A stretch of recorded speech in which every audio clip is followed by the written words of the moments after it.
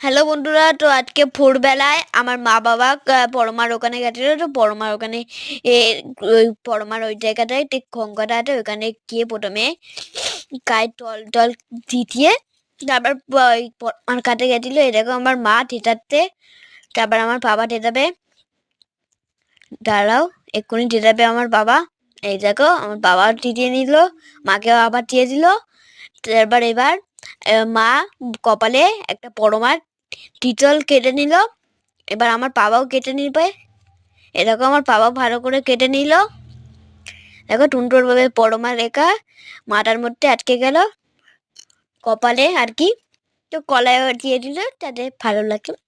এবার আমরা টালা কিনে নিয়ে যেতে আমার মা বাবা, তারপর গেল বড়মার ওখানে। এ দেখো বড়মার মন্দিরে ঠিক ঢোকার সময়টা, দেখো কি সুন্দর অপূর্ব জায়গা। ওই দেখো বড়মা তাই সবাই ফুলে দাও, ধর্ম হোক সাতার পরমা সবার। তাই এই দেখো কি সুন্দর মন্দির, ওখানে গেলে তোমাদের আর আসতে ইচ্ছেই করবে না, এত সুন্দর জায়গা। দেখো পরমার মুখটা কি সুন্দর, বাইরে দিয়েও লেখা আছে ধর্ম হোক সাতার পরমা সবার।